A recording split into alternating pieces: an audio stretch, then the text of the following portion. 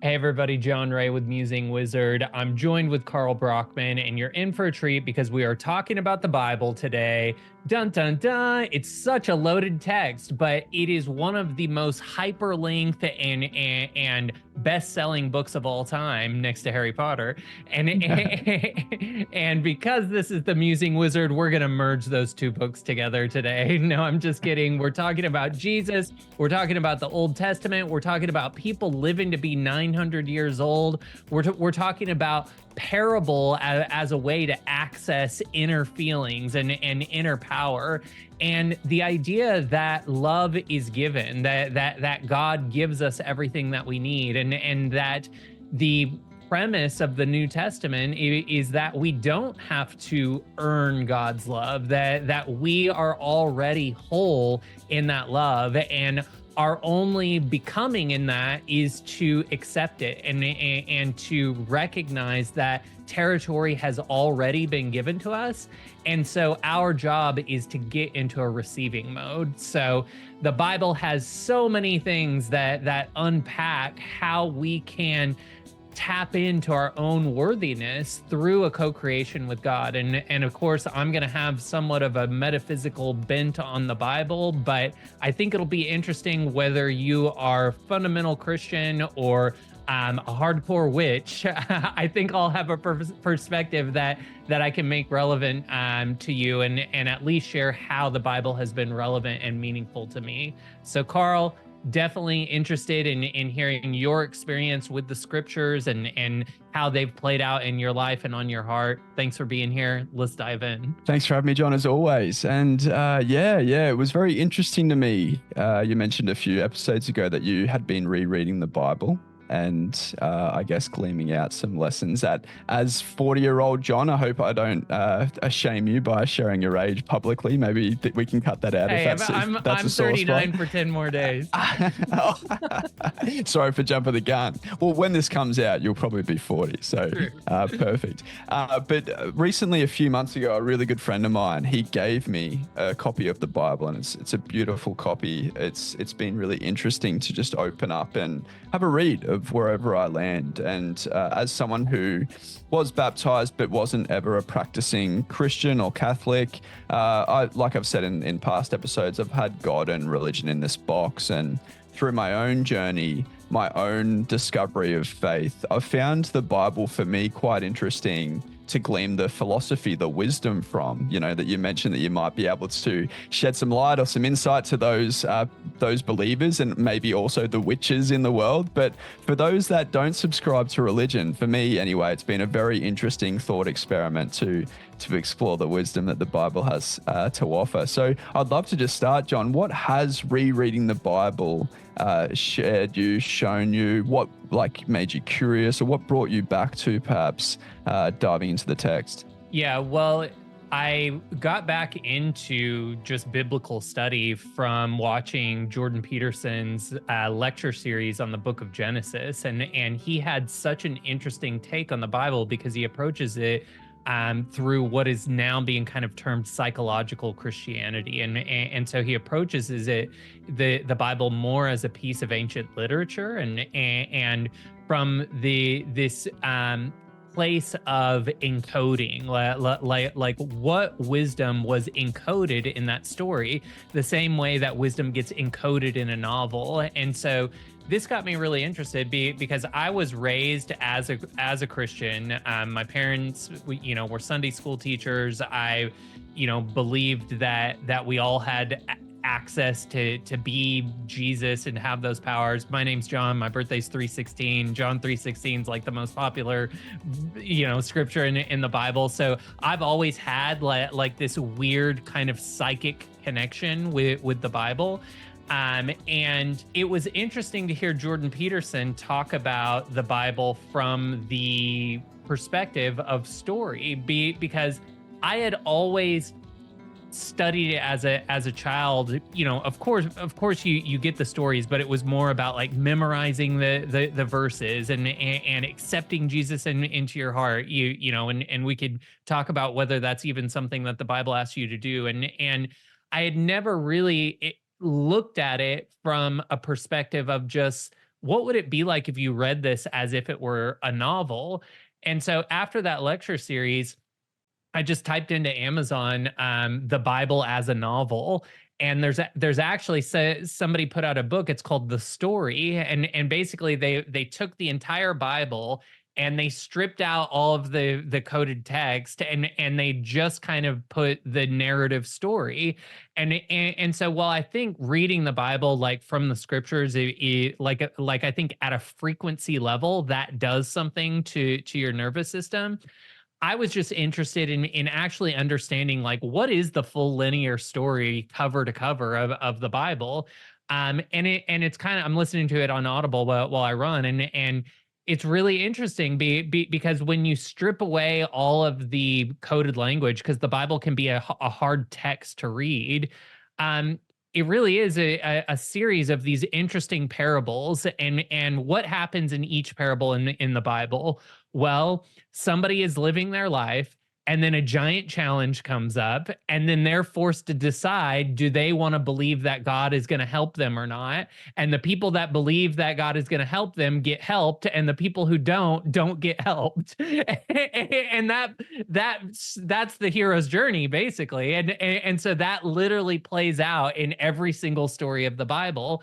And so listening to it is succinctly, as I'm reading this book, The Story, I was like, oh, this is so simple. The Bible is an encoding of how to successfully navigate the hero's journey. And the characters in the Bible are each the hero. They're the archetypical hero of their time. And they are facing the challenges of their time. And those challenges are cyclical in nature. Over time, the same challenges kind of play themselves out over and over again. And always the solution is to shed the ego, recognize that I'm most powerful in my humility, and in that humility, receive intuitive guidance on how to move forward. And all of the characters that are wearing the mantle of God in the Bible do that flawlessly. And so it's such an interesting, it was something that of course I knew, but to see it play out so easily as you read it as a story, where you're like, oh, this is the same story over and over again, was just really interesting. I think the other thing that I picked up on is that the Bible is a narrative arc of expansion of consciousness. So the Old Testament, everybody's like, oh, the God in the Old Testament is so mean. He's killing everyone, and everybody is a barbarian. Well, that's because the Bible is a coded text that shows you what it looks like to go from low consciousness, complete unawareness, to absolute consciousness, which is absolute love. And so the characters in the story of the Bible are showcasing what it looks like to basically have a Kundalini awakening. You are going from having zero awareness of your spiritual faculties to absolute awareness, and that's interesting. So I'll pause there and get your feedback. It is interesting. Absolutely. And if you'll allow me to digress for a second, John 3:16 might be worth reading out here. John 3:16. Let me see if I still memorize it. For God so loved the world that he gave his one and only begotten son, that whosoever should believeth in him shall not perish but have everlasting life. And so the premise of the New Testament is that Jesus is the bridge into the afterlife.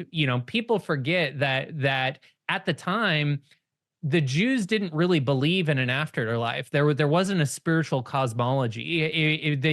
Judaism was more grounded in right living while you're on earth. Like there wasn't necessarily this concept of a mansion in heaven that you go and live in. And Jesus painted this cosmology of this kind of dimensional realm that exists beyond life, posthumously. And of course, people didn't believe him because this wasn't a common practice. Now everybody believes in some kind of a weird spiritual thing, but Jesus was kind of the guy that like knew about the band before the band was big. Like he was talking about it before it was a thing, and he had to die on the cross, um and then come back in his spirit body to showcase that the entity that is me is not the meat sack. The entity is something else, and there's a foreverness to that. And so what is John 3:16 saying? For God so gave his one and only begotten son, that whosoever believeth in him shall not perish, but have everlasting life. Well, that's what Jesus is showcasing, is that you're a spiritual being. And as a spiritual being, you exist beyond the physical meat sack that you're in. So this physical meat sack is the avatar that you're using to navigate the dimensional space that we call Earth or physical reality. But when it has outlived its purpose and is no longer capable of moving forward, you as the spiritual entity continue on. And that's an interesting concept because it means that death isn't an escape. It's actually a new chapter. And so I guess there's a lot of places that we could go from there, but it's one of those things where I used to like think about, this is kind of a morbid thought, but I used to think about, like, if I was on a suicide hotline, like what would I tell people trying to kill themselves? And you want to be allowing, like in a situation like that, I feel like the thing that is most useful is to be like, you could totally do it. If that's what you chose, you could totally do that. You have the power to do it. And so one, you're giving them a little bit of their power back. But two, then you could kind of reason with them, but what if it's not the end? What if it's still the same? And now you have to deal with the karma of this. Like I don't know, like if there's something in that always seemed like an interesting philosophical quandary where it's like, I just want it to be over, I'm gonna kill myself, and then you call the suicide hotline and they're like, you should do it, or you could do it, but what if you do and it's not the end? I don't know. This is morbid, and probably spirits, the counselors, that the way that you're trained on the counselors, that's probably not what you're supposed to do. So definitely not advice for if you have somebody that comes to you in that way. It just adds to the list of John wisdom. As a for thought me. experiment, the Bible to me was always pointing to this idea that there's a dimensional space after life, and so I never understood. Like I never got sad at funerals. I never understood like why somebody would kill themselves, because it always from a young age resonated with me so much that of course we go on beyond this. And so in many ways we're just positioning ourselves in this video game, to have a knowledge download that then goes into the next dimensional space. Yeah, we have a certain frame of mind when we pull the headset off and the goggles off, and we're like, oh yes, I won the game. It's all shining and lights, and I've got the rewards. When you watch a great movie and you walk away and it had a profound impact on you, like that's what I think happens when you die. Is you're like, damn, that was a crazy one. That was a crazy movie. Well, hopefully it was. Hopefully it wasn't one that just you petered through, Well, that's my hope anyway. Yeah, man, I remember some of the late nights when I was young, just like thinking about death, and again, quite morbid, but it would keep me up at night. I was like, how could this possibly not be on? How does this turn off? Yeah, I don't remember before now, but or like before I was born or when I was a baby, but I just don't remember. Like, how does this actually turn off? And for me, yeah, it never made sense to me that you completely dissolve or consciousness completely disperses. But let's find out. Not immediately. Let's not listen to John's advice when you call the suicide hotline. Don't listen to that. But we'll all find out one day. I wanted to go back just to you spoke about Jordan Peterson's analysis and how we merged the biblical text, religion, and psychology, and for me that's kind of what I took out of my first relationship with Jordan Peterson, was that regardless of life after life, we ultimately live in heaven or hell in this life. Mm. And it's the decisions we make. It's how we position ourselves. It's the environment in which we create or ultimately become a victim of that inevitably turns our current life into heaven and hell. And the compounding interests of bad decisions lead to hell. The compounding interests of aligned into intuitive good decisions that lead to love and joy and adventure leads to heaven on this earth. And I like how you pointed out that it's funny, like in this story that you mentioned, the story, and it's on Spotify for those that are at Spotify and don't want to invest in Audible. I just checked, but the common thread is that God will help those who think He will, and not Right. those who think He won't, which is just. It's just so obvious to me. My mum, for all of her faults and strengths, she's an absolute angel, and she always told me that everything happens for a reason. And for that reason, unconsciously, until it was conscious and almost logical, it's that I could then look for the reason. I was looking for the reason why this bad thing, just from my perspective, happened, and therefore I would find it. I would find the positive You outcome. I'd always find the opportunity find to what you're looking alchemize. for. Yeah. Like that's one of the biggest secrets of reality, is that you will always find what you're looking for. And reality is the like one of those telescoping photos where you pinch in to see more and then there's more detail. You pinch in to see more and there's more detail. You pinch in to see more and there's more detail. As long as you keep pinching in and telescoping in to wherever you want to go, you're going to find the evidence to prove it to yourself, and then you will ultimately manifest a reality around you that backs up what you want to believe. And there's a difference between what you intellectually want to believe from an ego perspective and what you actually want to believe from an emotional soul perspective. And so sometimes those two things can be in conflict, but if those two things are in alignment, you will 100% create the reality around what you've aligned with. And that's the interesting thing about reality. And that's why, you know, whether you believe God to be real or not, certainly the permission slip of God is useful because it immediately allows you to shed resistance. It immediately allows you to go to a state of confidence because you may not feel worthy, but you can believe that God is worthy, and you can believe that God is benevolent and is bestowing worthiness on you. And then you can believe that you're worthy because God makes you worthy. And so now you believe that you're worthy, and that's actually the thing that creates reality.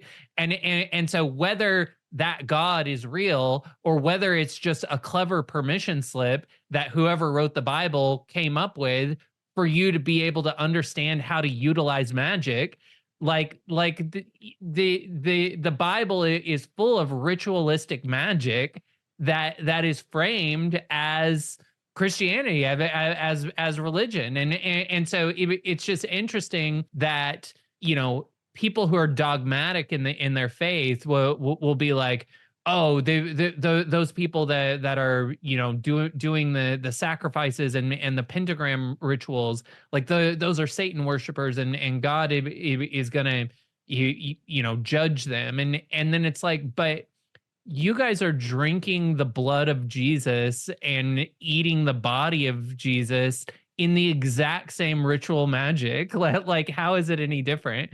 And so it's just interesting to think about, okay, Christianity in many ways is just an evolution of this natural progression of spiritual magic, to the point where what is the new thing that Christianity introduced to spiritual magic? It's that you don't need the ritual. The ritual is a permission slip. And so Catholicism brought us to communion, and you have to go through the priest to talk to God. You can't go directly there. But fundamental Christianity allows you to go directly to God via the Son. And that's the interesting thing, the evolution of spiritual magic that Christianity introduced, is that you no longer need the rituals, because the rituals were permission slips anyway.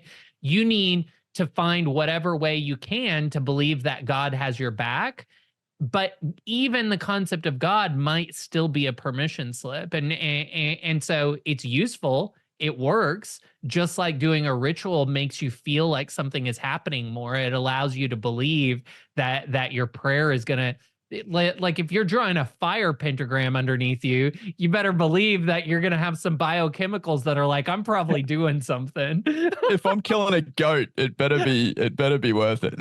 Right.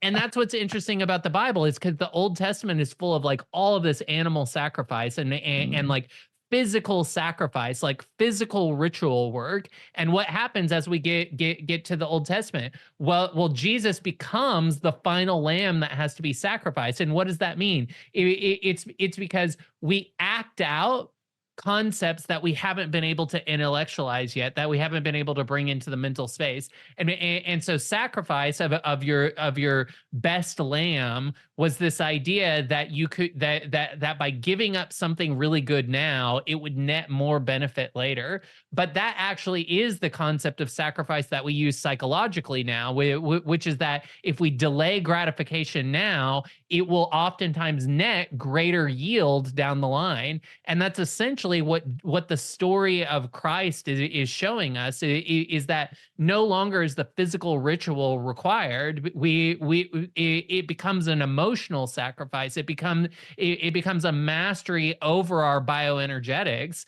And by aligning ourselves with Christ, we're basically aligning ourselves with the spiritual entity that is controlling the physical body, not the other way around, which is what most people who are acting out of impulse are letting the body control the spirit rather than spirit controlling the body. Which ultimately links to surrender. And I see you mentioned that God almost can be a permission slip for some people. I also see it, well, for me anyway, like God was a barrier, like just my misconception or my misunderstanding of what God is through my own sort of journey up until this point stopped me from even exploring what it is or what it means or what wisdom lies in the Bible or in the teachings or in any religion, and it wasn't until one of my friends, best friends since we were 8 years old, is a Buddhist monk, and it wasn't until he started sharing insights around Buddhism that I was like, oh, hey, some of this actually sounds quite helpful and quite interesting. And over time, that led me to learn about Taoism and about Islam and about a few other different spaces. Judaism is very interesting to me. And yeah, back to Christianity, it's like a round circle. It's like this was the last thing, because I grew up with this this perception of it, and a lesser, not a lesser, but a not as strong perception of the other religions. It took me a little roundabout trip to come back to it. And I'm not someone who sits there and says I'm a devout Christian or Catholic. Maybe one day, who knows? That's for up to future Karl to decide, and he can deal with that. But it is really interesting to me to glean the wisdom. Everyone, everything, every experience is a teacher. Should we allow it to be? And there's a reason. Well, I'm guessing there's a reason it's the best-selling book behind J.K. Rowling's Harry Potter over the last 100 years. There must be something to that. Must be, maybe. Right. Either it's a great book full of spiritual wisdom, or we murdered a bunch of people until they started buying it. I don't want to believe the latter. I don't want to believe it. Tell me about these wizards living to 900 years old, John. What the heck is the go with that? Yeah, well, the interesting thing about the early parts of the Bible is that it can, if you're reading the actual text, it can feel incredibly boring. I mean, there's literally a book called Numbers, and it's just they're counting people, and they're counting the lineage of people. They're like, this guy was of this guy, this guy was of this guy. I'm like, are we reading the phone book here? and so I was always like, why is this in the Bible? Like, why is this important? And I think what they're showcasing when they're showing that lineage is, one, they want to showcase that everybody came from Adam and Eve, that we all come from this initial seed of God. But two, they're showcasing that this idea of original sin. So Adam and Eve, live in this perfect garden, and They have the ability to be in absolute commune and alignment with God, but in that they are kind of letting God like flow through them, like God's choices are their choices and their choices are God's choices. And so when the serpent comes in, the serpent is kind of like the concept of like free will or like dichotomy and like, oh, I could choose something other than God, and in many ways that's necessary, right? Because the contrast is necessary to have an expansion of being, and to disembark from God and then come back to God makes God bigger, like in some ways, and so the lineage is kind of showcasing how this sin progressively brings people, it's kind of like a copy of a copy of a copy. So the original file is God, but every copy beyond that is like this derivative that is like a facsimile that gets a little bit blurrier, and so it's not as high a resolution, and so even though God is still in these people, it's not as vivid, and so then God kind of injects this intuitive knowing in certain people who are ready to receive the call, and those become the prophets and the heroes of their time, but all the while they're showcasing kind of this degradation that happens as we stray from God, and then what happens as we go back to God. And so these old people in the Bible, the reason that they're living to be 900 years old is that in perfect alignment with God, we don't have entropy, right? Our body isn't breaking down because we're not living in a state of energetic chaos. We're in absolute coherence, and when we're in coherence, we don't age as quickly, and so we maintain a physical form that is much younger. These people that were 900 years old, depending on who you listen to, had bodies of 33-year-olds because they were still that aligned with the pure frequency of God. But as this lineage goes down and people stray more and more, you see that the ages go down. So it's like, this person lived to be 900, and then this person lived to be 600, and this person 480. And then slowly it's like, oh, everybody's now only living to be 70. And what they're showcasing is that the further away from the true pure frequency of love, which is God, that we get, the more that we suffer from natural entropy, because God's love is what holds the universe together. And the further away we get from that frequency, the looser reality gets. And so then it is diffuse and not as capable of holding itself together. And that's what the degradation process of aging is. And so what do we see in each character in the stories of the Bible?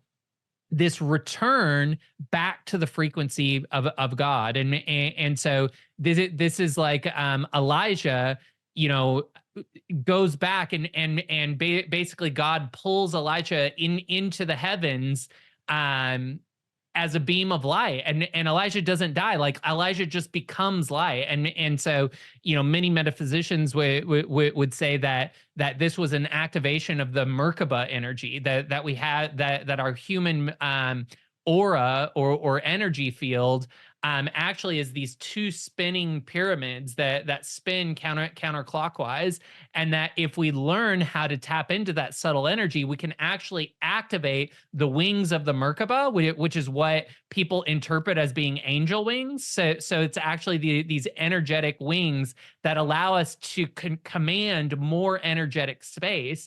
And in that, the Merkaba acts as a vehicle. It's why they say that God took Elijah in a chariot. Well, the Merkaba is a vehicle that looks, almost like this kind of spinning chariot with these energetic horses. And so if you don't have the sacred geometry language to know that you're activating your energy body, how do you write it down? You say God took Elijah away in a chariot. And so then you get into an argument with the ufologist, and they're like, actually, it was an alien. God's an alien. And so there's all kinds of interpretations of that.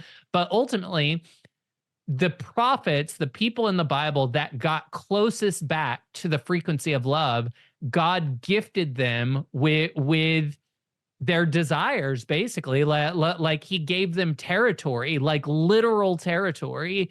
And it's just interesting to think that part of the surrender process is like getting quiet enough to find that frequency again. And I think as you read the Bible, the language of the Bible is like poetry, and poetry like codes something into your nervous system. And so my sense is that as you read the Bible, the way that it is written, like especially like the King James, like there's something where that's encoded in you. Like I can remember 10 or so years ago, I used to listen to this audio tape, and it was just somebody that was a narrator that was reading the Bible, the King James Bible out loud, and I would just let that play in the background while I was asleep. And I would wake up so energetically just freaking charged. And it was the same feeling that I used to have when I used to sleep in a pyramid. I built this pyramid at the frequencies of the Giza sacred geometry pyramids. And what happens in a pyramid, and our energy body, the Merkaba, is like this pyramid. And so what happens when you're in a pyramid is the energy comes down the top of the pyramid, and then when it hits that energetic structure at that angle, it starts to spin like this. And so it actually starts to activate your DNA in an interesting way, where you start to activate more strands of DNA, because we always hear about these 2 strands of DNA. But there's actually 12 strands of DNA that you can activate. And as you activate these, this Merkaba comes back online. So how is this related to the Bible? Well, all of these different characters in the Bible are getting to these states where they're encoding their energy in a certain way. And they either do it through reciting gospel, or they do it through speaking in tongues, or they do it through intuitive reception, or they do it through writing poetry. But regardless, they are in commune with God, and the overarching narrative across all stories is that when you are wholly in faith with God, God gives you territory. And what is territory? It's what you desire. It's what you need. And that's just an interesting permission slip if it's not more than that. Absolutely. If it's not more than that, well, again, replace God with universe or reality. It makes sense that as you orient yourself in a way that is not only beneficial to yourself, but beneficial to your family, beneficial, like that circle of influence that you so beautifully articulated in a few episodes, it makes sense that you are given more territory. As you give, you receive, you build that relationship with whatever the hell this is. And that was kind of my bridge to accept God again. And to call it God was like I was using words like the universe, the infinite intelligence, the collective consciousness from Carl Jung, like all of these synonyms that just ultimately are what I now call God. And right. It makes a ton of sense. And one more thing, sorry, John, if you don't mind, is just to give life to this extension of life through love. A really good friend of mine, his dad passed away about a decade ago, and this was after he was given some really, really bad news, cancer related, and his path since getting that bad news was watching sport, drinking beer, taking pain meds, just defeat, and it didn't go on much longer, And there's another person in my life that just seems to be beating all odds, just continuing to strive. There's a great documentary actually on Netflix called How to Change Your Mind by Michael Pollan. And in the psilocybin episode, they go through different types of psychedelic substances and talk through people's stories. And in the psilocybin episode, there's this beautiful lady who was given a month to live. And she had a psilocybin experience. And through that experience, she found love. She found gratitude. She found acceptance. She found surrender. And they interviewed her 2 years later, and she's still kicking, and she's still loving life. And it makes sense to me that as we orient ourselves, as we vibrate, as we accept, we surrender, we find gratitude. Of course, we are given territory. Of course, that we are able to see abundance versus the alternative, God won't help us if we don't believe he will, you know. Yeah. And the reason that I think the Christian version of God is maybe a more interesting permission slip than people who call it the universe or energy, even though that's an aspect of God for sure, is that I really think that the spiritual power comes from having an emotional relationship with that. And so if you're only thinking about it at like an energy level, you're engaging with it mentally, almost like a physicist would, where the true power comes from being able to engage the full bioenergetics, which is an energetic and an emotional relationship with life. And so the personification of God that happens in the Bible is actually, I think, an encoded way for helping people understand what it actually means to be in concert with reality, because reality is an organism. It's a living thing, and that's why we call it God. And when we interact with it, the way that we interact with an entity, with someone that we love, that's where the most sync comes from. That's where the most connection comes from. That's the frequency that allows us to be in the most optimal state of co-creation. And so, I think that there's a path to have like this really enlightened experience at the energetic level, but you can take it, I think, a step deeper by really bringing it to an emotional space.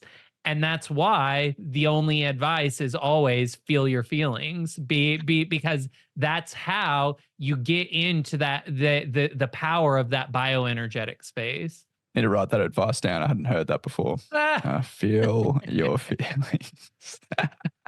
But and again, that ever since you shared that with me the first time, like I had unconsciously in a lot of ways felt my feelings, especially in my relationships, and I've always been so fortunate to have abundant relationships in my life. Being able to be vulnerable, transparent, seeing someone and meeting someone where they are has just always let me in a good way, and to unconsciously have achieved that through almost like survival, right? Like I need to feel okay, I need to fit in, and this is how I relate to people. It was really easy for me to extend that into, well, of course, feeling my feelings is important. Not to feel them and just act, like that's why we don't. That is why we create these layers of protection, because we know that in the past, when we've been angry, when we've been frustrated, when we have shame, when we've been sad, we act in ways that create more negative emotion. But right. it is that almost processing of feelings that allows that disconnection between feeling and behavior, feeling and orientation in the world, and ultimately allows you to be the magician that turns base metal into gold. Right. And what does Jesus talk about in the Bible? Turn the other cheek. What are you doing? You're counting to 10. You're building space. You're feeling your feelings. Like, yeah, you're fucking pissed at that person, but you're giving yourself space to not be reactionary so that you can feel through the feelings, understand that was reality triggering something that needed to be released from your system and transmuted back into creative potential. And by feeling through that wholly, you become more aligned and more capable of co-creation with God. So what was Jesus always doing? He was turning the other cheek, feeling his feelings, and then being a spiritual, making Subway sandwiches like a sandwich artist all over the place, just passing out Subways. Is that what allows you to see Jesus as a wizard? For sure. Well, wizardry is someone who has an understanding of the underlying components of reality, right? And knows how to wield that in a way that reduces entropy. And so what we've talked in our last talk about, like, what's the most optimal place for reducing entropy? It's being wholly aligned with love. Well, what was Christ? Christ was the perfect manifestation of what it looks like to be aligned with love in human form. And so what did that allow him to do? Bring his friends back from the dead, like bring himself back from the dead, multiply fish and loaves, walk on water, So what was he doing? He was defying the principles of reality that we know at a mental level, because he was aligned with a higher frequency dimensional space. And that dimensional space was God's love. And it's a frequency at an energetic level, but it's also an emotional flavor. And so that's why I say it's the bioenergetics of it, because the energetics are, ooh, I can kind of feel the tinglies of it. I can feel the sensation of it. But then that triggers the pharmacy that lives in my chest to create these biochemicals, which then produces an emotional reaction. And in that emotional reaction that's combined with this energetic reaction, I have an that's what emotion is. They're like, it's energy and motion via my biochemical flow. And I don't know. I just feel like Christ was a personification of what it looks like to engage that in the world. And what does it look like? It looks like all of the pendulums around you are going to try to attack you. And you know, people are like, well, if God is so powerful, like, why did Christ have to die?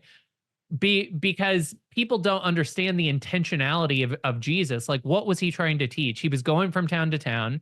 Every time he goes into town, an angel is saying, hey, somebody's coming to kill you. So then they go to another town. So he can basically get away from getting killed as much as he wants, because he has all these spiritual entities that are basically giving him the gossip.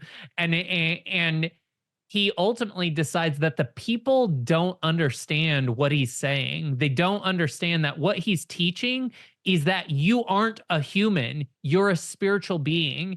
And that after you die, there's a whole realm of experience that goes on forever. And people couldn't grasp that. They didn't have a concept for foreverness. There wasn't the internet. There wasn't machines that showed us that math goes forever. There wasn't giant telescopes that showcases how giant the universe is. Like, they thought they lived in a snow globe, and so he's trying to tell people, actually there's something outside the snow globe.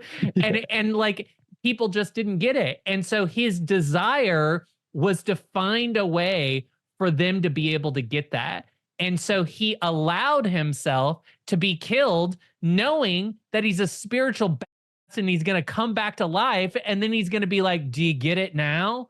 And of course, that's what sparked the Christian Revolution, was that the disciples were then like, oh, like, you're not a human. And they go out and tell everybody. Yeah. The other thing that that I imagine was so prevalent then, because I'm not a historian, is just that death was just everywhere. Everyone was dying. Right. Like, life Totally. just wasn't valued like it's valued today, Right. Yeah. You had 8 kids because you knew 3 were going to die, and you needed people to tend to the fields. Yeah, we have work to do. We have sheep to be herded. We've got barns to be cleaned, and I need my own little army. I can't afford slaves. Back in those days. Exactly. Yeah, and so this idea, death was just a different concept. Like, it wasn't even really an emotional thing. Like, death was all around you. Like, you were going out and slaughtering your food. Children were doing this, and so in many ways it was a more grounded way of living, because at least you knew where your food came from. Like you knew what the life cycle of work to outcome was. And people didn't get that that's what Christ was teaching. And if you're not a physical being, if you have a spiritual persona, well, that means that spiritual persona is a part of your psychological makeup that can't be controlled by the government. And so that's going to upset the government. Like, who's this? David, in the Jesus Christ Superstar musical, which, if you haven't seen it, is a great musical. It's like such a hilarious hippie interpretation of the Jesus story. But it's Andrew Lloyd Webber did the Broadway musical, and it's if you don't want to read the Bible, it's an excellent way to get the story of Jesus without having to go to church. But basically, there's a whole song about rabble rousing, like Jesus is this rabble rouser, and that is the way that the government viewed him. They're like, who is this person feeding people ideas that there's something more to them that cannot be controlled by the government? That's why Jesus, they're like, well, should we not pay the taxes? And he's like, give Caesar what is Caesar, and God what is God's. And that's not a concept that if you're a dictator, you want to hear. Like even if you're running a monarchical democracy, like you want people to believe that there's a power structure in place. And so when people start to believe that there's something beyond life, or that they're more than their physical form, they become more difficult to control. It's why things like crypto are interesting, because it showcases that money is more than money. Like not everything is what meets the eye. And so the smoke and mirrors trick that the government has been trying to pull on people, all of a sudden the curtain's coming back. And that's basically what Jesus was doing as part of a spiritual awakening. But people couldn't grasp the concept that you actually went somewhere. Like there was no way for them to know that. So he's like, all right, you know what? I know I live forever. I'm gonna go be with my father in this other dimensional realm. You guys kill me, I'll come back. I'm gonna present myself to you in my spirit form. Then you guys are gonna have the evidence that you need to like truly go out and be like, oh, that's what he was saying. And then that's where the fervor for Christianity came from. Like, why on earth, if the guru that you're following gets freaking murdered by the government, and in the most heinous way ever, like, why would you have such conviction to go and tell everyone about it? It's because he came to you in a spirit form and you couldn't unsee it. And if a freaking angel walks through my door right now and is like, hey, guess what? This is how it really works. I'm going to be like, okay, I will literally give up everything and go tell people about this, because that's such a profound experience. It's so bananas of an experience that you can't help but be willing to go to jail and die for it. And that's what the disciples, that's the conviction that was put on the disciples' heart. It wasn't faith. They had the benefit of not even having to have faith, because they did love Jesus. They loved their guru, and Jesus loved them so much that he's like, you know what? I'm going to give you the evidence that you need to you're going to be all in. It's not even faith, it's reality at that point. Yeah. But yeah, John, when that angel walks in, look, it's been nice knowing you, but I imagine you'll be in a psych ward quite quickly. Not that it didn't happen, it's just that seems to be how we treat those people. I wonder how AJ Miller's doing. I still haven't caught up with him. I would love to know how AJ Miller's doing. He hasn't put a YouTube video up in a while. For those who don't get the reference or the context, AJ Miller is claims to be the reincarnation of Jesus Christ, and he has a very interesting philosophy in that he calls divine truth. You can search it on YouTube, but he has what I think is the most interesting cosmology of spirituality that I've ever heard, and so he's somebody that of course gets labeled as a crazy person, and who knows, like how can we know what is real and what isn't? All we can do is go with our spidey senses of what resonates with me, and that's the breadcrumb path that shows you where your personal path is. But for somebody that's looking for an interesting rabbit hole to go down, AJ Miller is a fantastic rabbit hole. I've started to dabble, and it is interesting. It's very interesting. And just back to following that breadcrumb path and rendering reality. Right back to the start of this podcast today, you said, "Oh, I wonder if there's a story that just depicts the Bible but tells it in a linear fashion," and you just rendered some author who had written that story for you. Right, and that's exactly what I thought when I found it on Amazon. I was like, did this book exist before I just thought this? Or did I invent this author with a whole history so that I could have the experience of reading this. Who's to say? And such is the nature of reality, and my constant battle with whether solipsism is the right the right cosmological stance or not. I've been thinking about that since our chat last time, and like, oh, maybe. It's hard to know, but it's fun. It's fun to contemplate, fun to think about. And Yeah. ultimately, fun is the goal. Like, fun is more aligned with love than seriousness.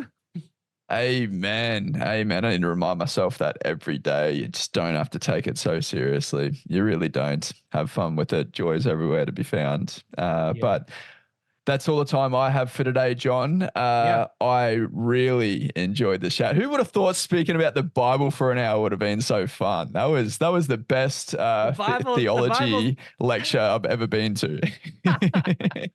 The Bible's fun, especially when you allow yourself to be fully capable of going in whatever wonky direction you want to go with it. Like, to me, the Bible is a personal thing. It's an encoded text.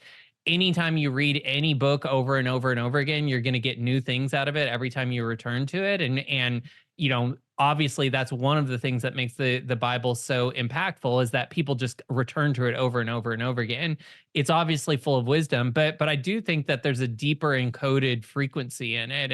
And you read books like Bible Code and like all of these kind of prophecy books that showcase these interesting like mathematical encodings. You look into like gematria, like there's so many crazy things that people project onto the Bible, or that maybe are really there, but ultimately it's like an I Ching. It's an oracle, right? Like an oracle text is something that you bounce an idea off of, and then whatever comes back, you're basically saying, I'm somewhat connected to reality in a certain way. When I throw the I Ching disc, it's going to show me reality is going to render via that randomness.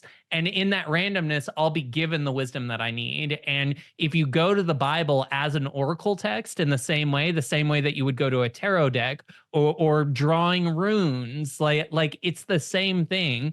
When you go to something seeking wisdom, you're always going to find what you're seeking if you're willing to receive.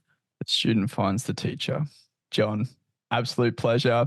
Any other insights, any other rabbit holes we can dive down, please share with us. I'd love to continue exploring the... That's all. I've given too many rabbit holes for one conversation. No, not you. I meant the guys listening. You've given me way too many rabbit holes, John. Definitely. If you think there's a good rabbit hole that we need to go down, I love a good rabbit hole. Put your favorite rabbit hole down in the comments, and I promise you there will be one late night where I'm it's like 3 a.m. I'm like, you know what? I could really go for a new rabbit hole. And then somebody listening right now is going to post like an epic flat earther thread, and I'm going to be like, let's go. Let's go. All right. We'll see y'all in the next one. Thanks, everybody. Bye. Thanks, guys.